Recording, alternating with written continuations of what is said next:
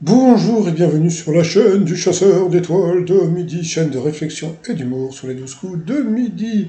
Jean-Luc Reichmann dormait debout, le public était en ébullition puisque je crois que l'émission là qu'on peut voir aujourd'hui a été enregistrée, c'était le 8 février et aujourd'hui pour de vrai, c'est le carnaval de Rio, le maître de midi 7 150 €.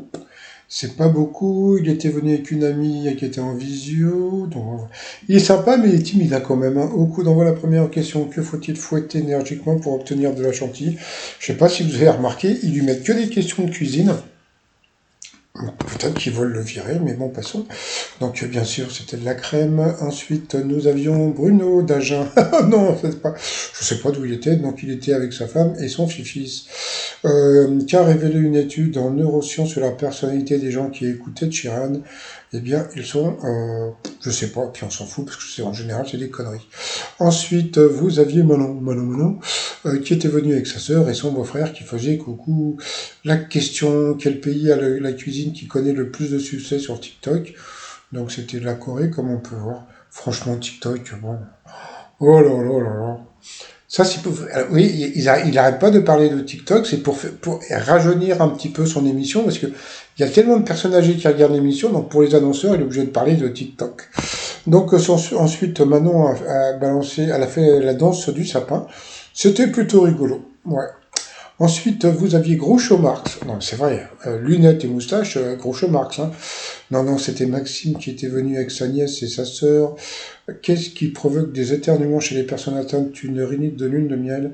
Eh bien, c'était l'excitation sexuelle, et pourtant, c'était pas une question coquine, c'est très étrange. Ensuite, vous aviez Ethan qui a posé la question de quel pays vient le vibratium utilisé pour fabriquer le bouclier du Captain America. Donc, c'était du Wakanda. Ensuite, qui a ajouté la ville suédoise de Malmö à ses poubelles pour sensibiliser les gens à la propreté urbaine? Eh bien, c'était une voix sensuelle. Sur cette question, Pruneau d'Agen est passé au rouge. Qui dit rouge dit duel. Il a pris Manon en duel, qui est tombé sur une question assez simple. Quel chanteur d'origine arménienne nous a quittés en 2018? Donc, bien sûr, c'était Charles Aznavour. Ensuite, eh bien, Manon, Florian et Maxime se sont retrouvés coup par coup. Alors, quelle pièce est de Molière? Alors, comme aujourd'hui, c'est son anniversaire à Molière, Happy Birthday, Momo. Salut. Et franchement, est-ce que Molière, c'est Paul qui appelait Momo?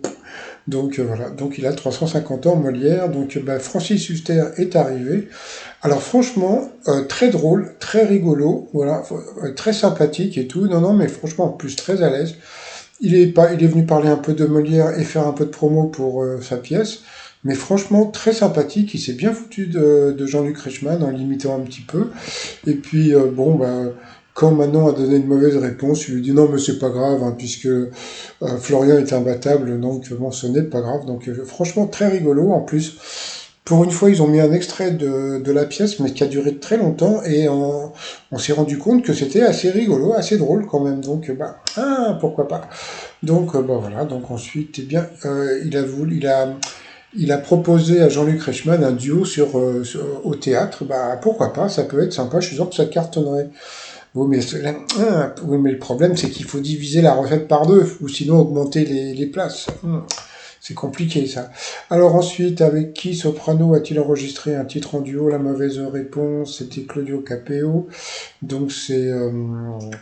je sais plus son prénom qui a donné la mauvaise réponse. Ensuite, quelles capitales sont bien celles des deux pays dont le nom commence par la même lettre? La mauvaise réponse, c'était Sarajevo et Mogadiscio. Et voilà, donc sur cette question, eh bien Manon est passé au rouge. Qui dit rouge dit duel. Il a pris Maxime en duel, qui est tombé sur une question qui était assez simple quand même. De quel outil de communication attribue-t-on la paternité à Graham Bell? Donc, eh bien, il a dit la radio, et pourtant c'était assez simple, c'était le téléphone. Et Florian est reparti sur le fait que c'était un Italien, et c'est vrai qu'il avait trouvé le téléphone, mais comme il n'avait pas déposé le brevet, eh ben, il l'a eu dans l'os, parce que surtout que l'Italien n'avait pas l'argent pour déposer le brevet. Donc bravo encore à Florian, et surtout eh bien, à Manon, qui se retrouve pour le coup fatal face à Florian. Donc comment va-t-elle être éliminée? Eh bien, c'est après la pub.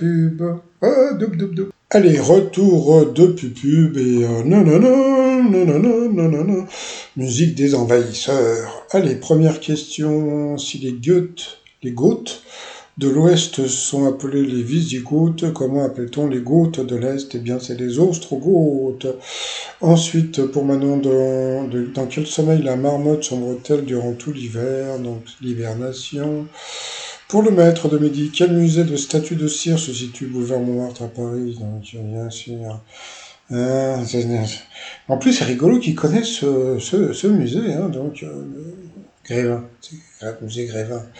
De quel roi de France Jeanne d'Albret fut-il la mère? Je crois que c'était Henri IV. Alors, je sais pas, vous allez voir, il y a plein de questions sur l'histoire qui n'avaient pas du temps de Stéphane, et ça me fait beaucoup rire.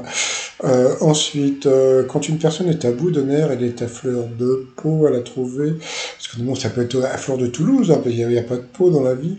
En France, quel nom a pris le dernier souverain ayant porté le titre d'empereur? Je sais même plus ce que c'était ce truc. Ensuite, je crois que c'était Napoléon, non? Quand une salle de spectacle est comble, combien reste-t-il de places libres? Donc, bah, zéro, mais bon, je sais pas si elle compte les strapontins. Ensuite, sous quel anglicisme connaît-on mieux l'art urbain, le street art? Donc ça, c'est pour lui, pour elle. Combien de Tours de France cyclistes? La pauvre.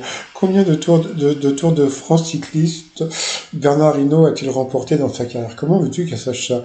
Donc, je crois qu'elle a dit 2, c'était 5. Ensuite, toujours pour elle, dans quel pays est née la musique country? Bon, là, elle avait complètement perdu les pédales, elle n'a pas répondu, donc bien sûr, c'était les États-Unis. Dans quel pays peut-on voir le rocher du lion, grimper le Adam's Peak et visiter le temple de l'Adam?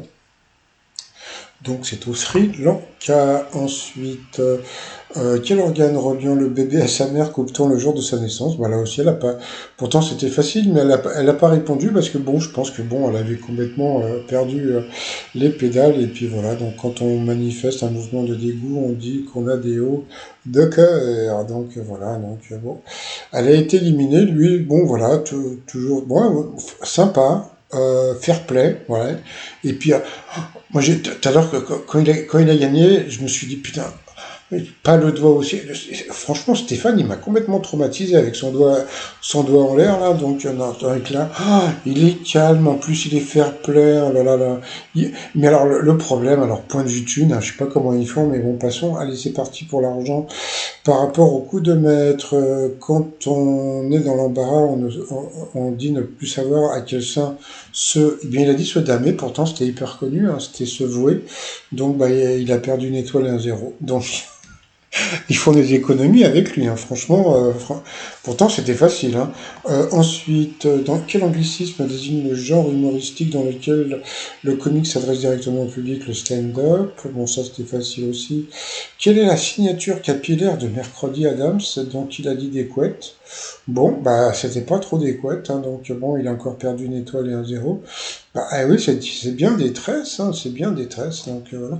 En plus, j'en ai parlé sur ma chaîne là, par rapport à la danse de mercredi. Donc voilà. Ensuite, dans quel pays, non, pardon, dans quel sens lit-on un manga? Je crois que c'était de gauche à droite. Bon, moi j'aurais répondu, je sais pas, parce que je ne lis pas de manga. Je ne veux pas lire de manga. Non, c'est pas vrai, parce qu'il y a des trucs qui sont bien quand même. Ensuite, Joyaux du Moyen-Âge, La Dame à la licorne est une série de très célèbres. Vous voyez, encore des trucs d'histoire quand même, vous voyez. Donc bon, bah bien sûr, c'était. En plus, il a bien dit que c'était au musée de Cluny, donc voilà, donc c'était bien. Des tapisseries, sa copine voulait répondre, mais bon, voilà, donc il a gagné que 100 balles. Ça lui fait que 50 balles, franchement, je veux pas dire du mal, mais il a gagné que 7 200 € hein, depuis qu'il est là. C'est-à-dire que bon, je crois que c'est sa 5e ou 6e participation, c'est pas beaucoup. Hein. Donc bon, bah ils font des économies. Et puis, mais bon, je pense qu'ils vont lui donner des questions d'histoire d'ici demain ou après-demain, parce que franchement, c'est pas normal. Hein. Bon, par rapport à l'étoile mystérieuse, bah, comme il n'a pas trouvé, comme il a eu deux mauvaises réponses, donc il n'a pas pu donner de nom. De toute façon, bon, il allait sortir n'importe quoi, donc c'est pas très important. Donc voilà. Et puis bon, bah sinon, bah moi, je vais vous souhaiter une très très bonne journée. Et je vous dis à demain. Portez-vous bien et surtout, portez-vous. Allez, bye bye.